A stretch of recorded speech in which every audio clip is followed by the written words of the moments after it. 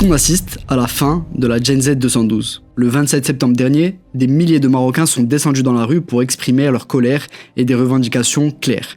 Éducation, santé et lutte contre la corruption. Après 10 jours de mobilisation, le collectif, à l'origine du mouvement dont on ne connaît pas l'identité des fondateurs, adresse une lettre directement au roi Mohamed VI. Ils y dénoncent l'échec du gouvernement à protéger les droits constitutionnels et à répondre aux demandes sociales. Ils demandent notamment la démission du Premier ministre Aziz Akhannouch. Dans un contexte inédit, marqué par le décès de 3 Marocains dans les protestations des dernières semaines, le pays attend le discours du souverain lors de l'ouverture de la session parlementaire comme une réponse au plus haut niveau de l'État. Le 10 octobre, devant le Parlement, Mohamed VI n'évoque pas explicitement la Gen Z 212, mais presse l'exécutif d'agir avec davantage de célérité. Il place au rang de priorité la création d'emplois pour les jeunes, ainsi que la mise à niveau des services publics d'éducation et de santé.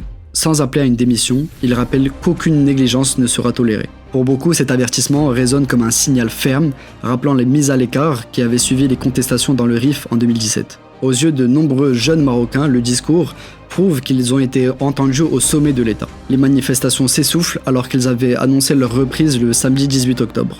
Le lendemain, le 19 octobre, le projet de loi de finances 2026, présenté lors du Conseil de gouvernement, a entériné ce cap budgétaire et politique. Ainsi, le budget 2026 va consacrer 140 milliards de dirhams à la santé et à l'éducation, soit 16% de plus que l'an dernier. Le budget 2026 prévoit aussi 27 000 recrutements dans la santé, 8 000 postes supplémentaires dans l'éducation, ainsi qu'une vaste opération de mise à niveau et de rénovation de 90 hôpitaux.